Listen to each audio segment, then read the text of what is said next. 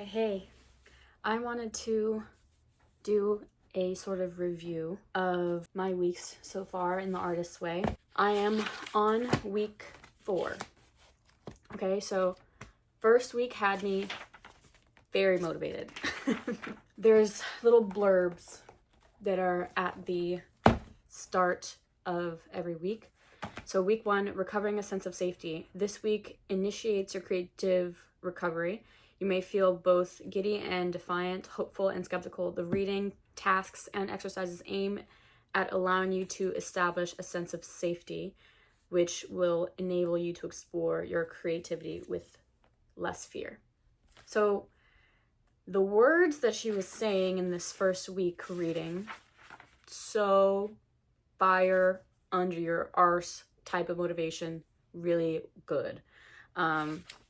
I underlined some things, like I'll read paragraphs, I guess is what I'm doing. This is a legit review. Judging your early artistic efforts is artist abuse. Things like this. Statements that are calling me out at the same time supporting me. All too often, it is audacity and not talent that moves an artist to center stage. So this is talking about kind of the feelings when you're looking at something, you're like, I could have done that. And it's, well, you didn't do it, you know? And I feel that way a lot with TikTok ceramists. And I'm like, oh, these people have so many followers and I personally am not into their work. Why is this the case? Audacity. So that was very helpful for me in terms of getting over myself and putting my stuff out there, because these people whose work I'm judging and like having the fear of someone doing that to me, there is rewards for putting yourself out there. And it's scary, but it's worth it. Week 2, recovering a sense of identity. This week addresses self-definition as a major component of creative recovery. You may find yourself drawing new boundaries and staking out new territories as your personal needs, desires, and interests announce themselves. The essays and tools are aimed at moving you into your personal identity, a self-defined you. So that I have felt with week 2. I started this at the end of a long sickness. I was sick for like 20 days, and that already was kind of changing my habits, the way I eat, how I spend my time, the lack of alcohol I'm consuming on a regular basis, which in New York City is a lot of what you do here. So starting this at that time when I was already kind of in a hermit mode, it prolonged that mode for me because it shifted my priorities to a space where I no longer felt the need to give my social life as much time as I have in the past, and started to prioritize my work. And I could seriously feel that. Like I would say no and no and no over and over again to friends hanging out and events and things like this.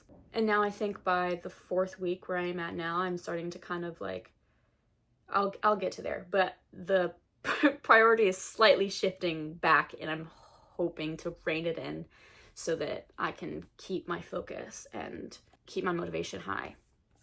So in this 2nd week, in the reading, they're pointing out basically how to keep your artist safe from harmful outside influences. So poisonous playmates are defined as people who mean well, but their creativity is still blocked, and you being in this very vulnerable state on the precipice of awakening your artist and nourishing your artist. Anything they might say or do with good intention is potentially harmful. And you kind of have to pay attention to these things because it's not meant to intentionally break you down, but it can get in your way. It can get into your own head and start poisoning your artist. Be alert to subtle sabotage from friends. You cannot afford their well-meaning doubts right now. Their doubts will reactivate your own. The essential element in nurturing our creativity lies in nurturing ourselves. Through self-nurturance, we nurture our inner connection with the great creator. Okay, and then there's crazy makers, which I had a hard time grasping because I don't think I have any of these in my life.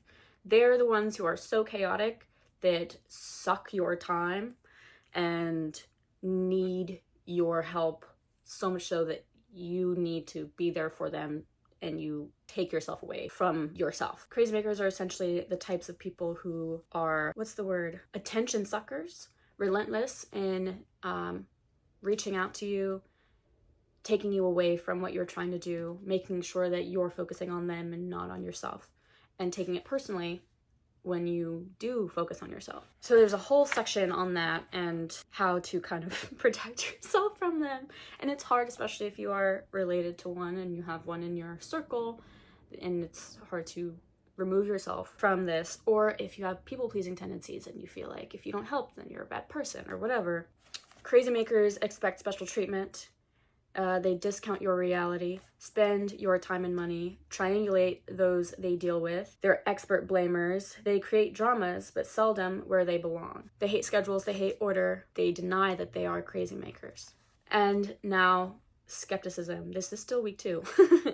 But I think where I am right now at the start of week 4 is dealing with a slow of momentum along with the skepticism that they're talking about in this week 2. So skepticism is kind of seeing that it's working and then not believing that it's working and then finding excuses to stop. Like with morning pages, for instance, they gave examples. Okay, so I started writing the morning pages and I seem more awake and alert in my life. So what? It's just a coincidence. Okay, so I started filling the well and taking my artist on a date and I do notice I'm cheering up a little. So what?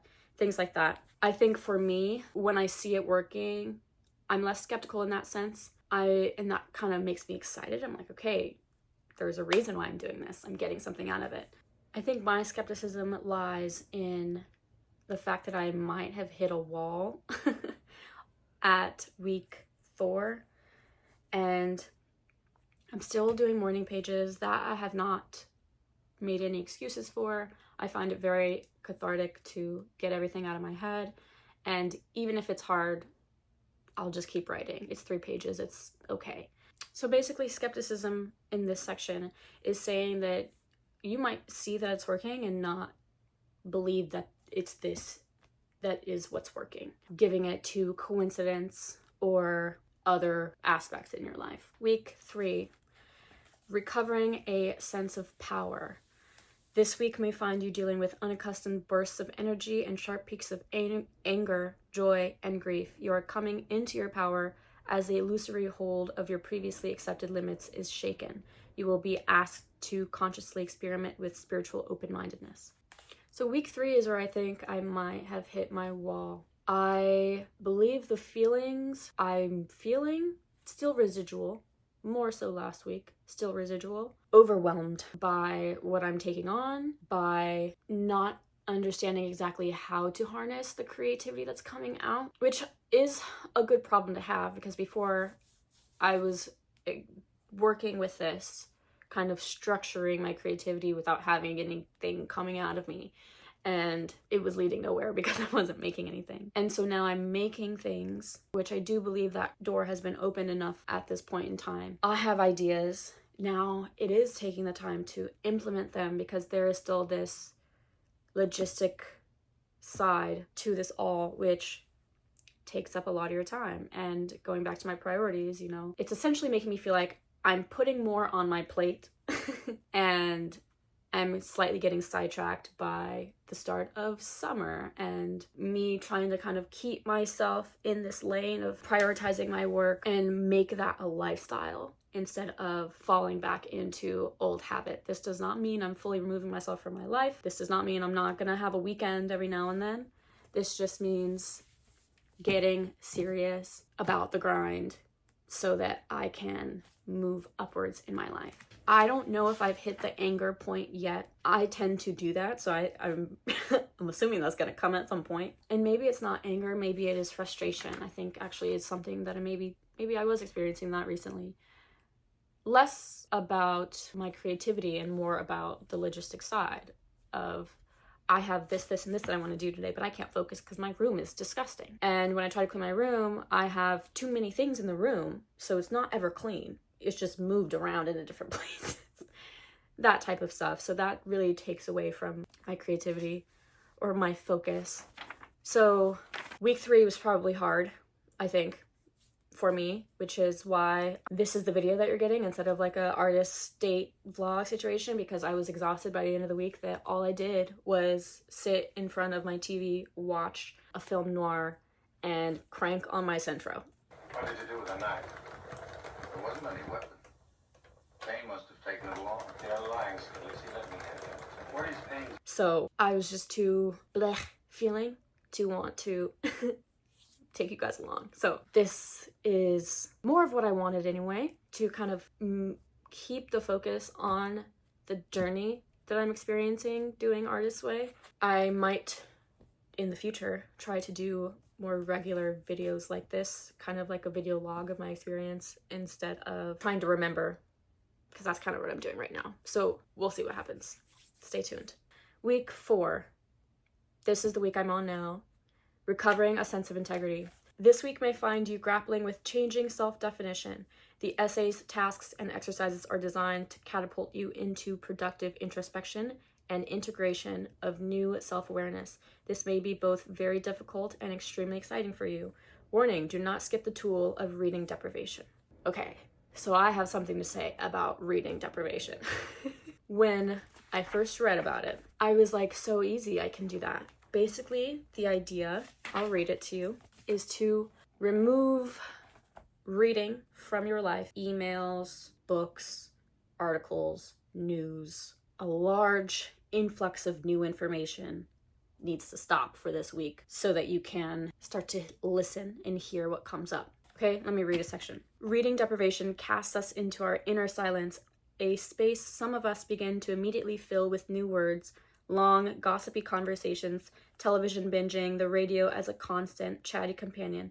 We often cannot hear our own interior voice, the voice of our artist's inspiration, above the static. In practicing reading deprivation, we need to cast a watchful eye on these outer pollutants. They poison the well. Okay, so that list there, where she's listing all these things that we use to fill the space. 100%, I understand. That's why Vipassana is a thing. That's why I'm scared of doing Vipassana.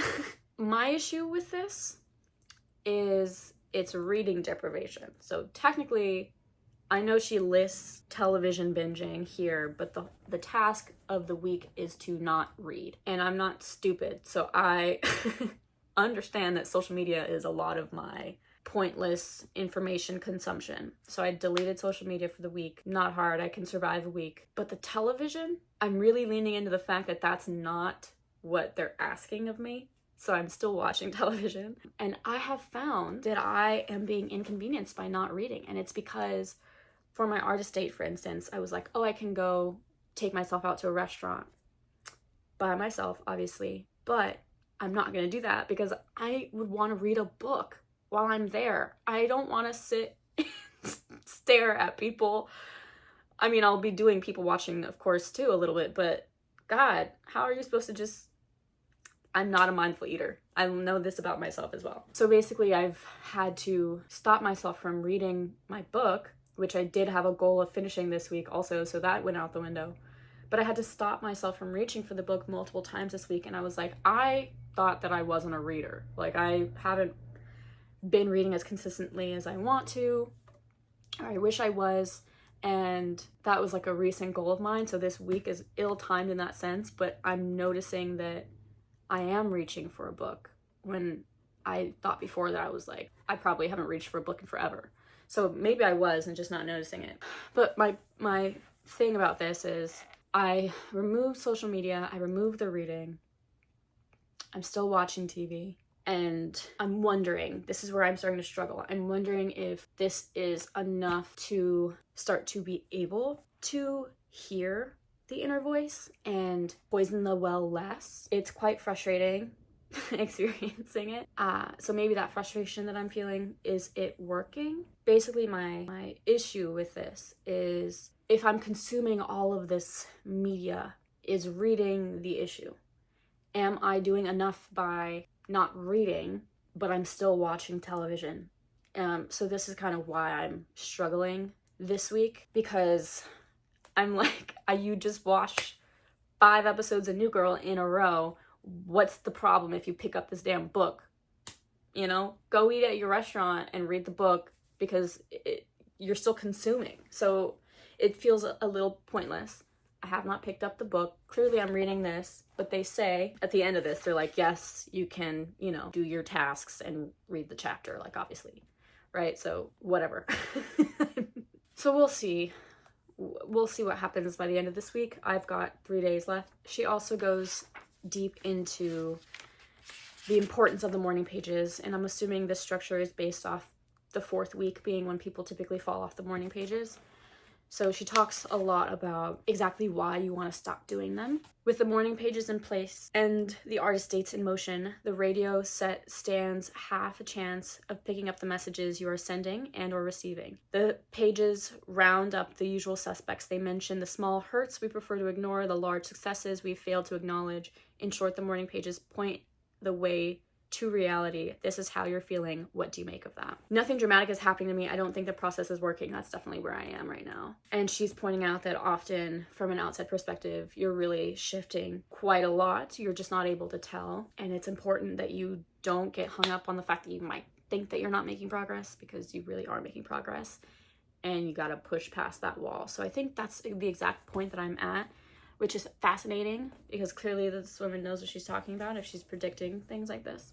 This is a form of denial that can tempt us to abort the recovery process that isn't happening.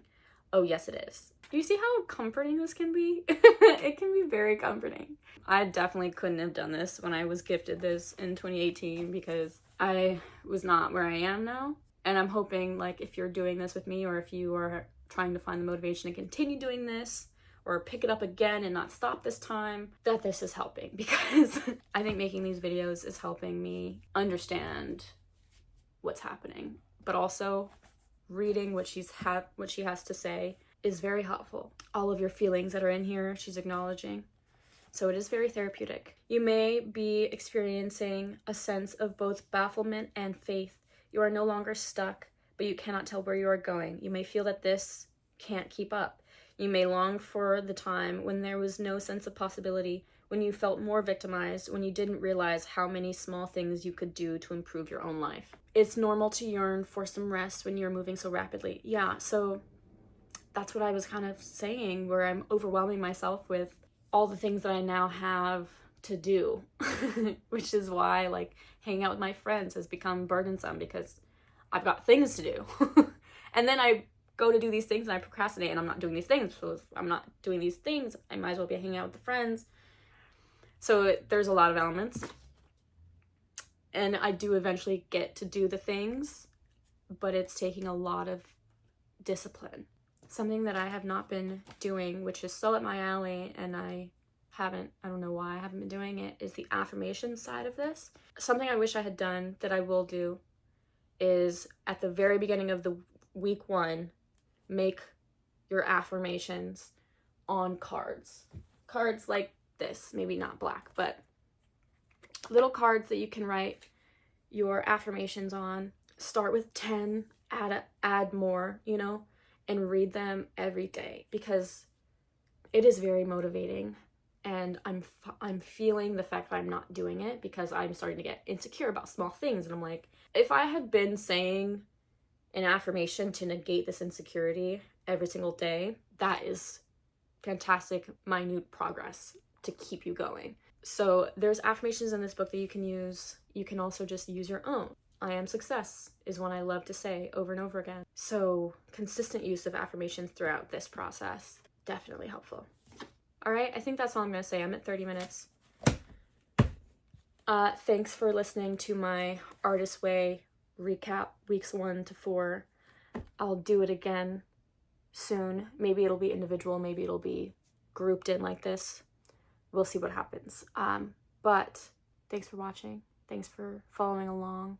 If you're enjoying following along, like and subscribe, as the kids say. And we'll see where we end up. I'll be posting more of these videos. And if you're following along, you and I, we're in this together. We'll see where we end up.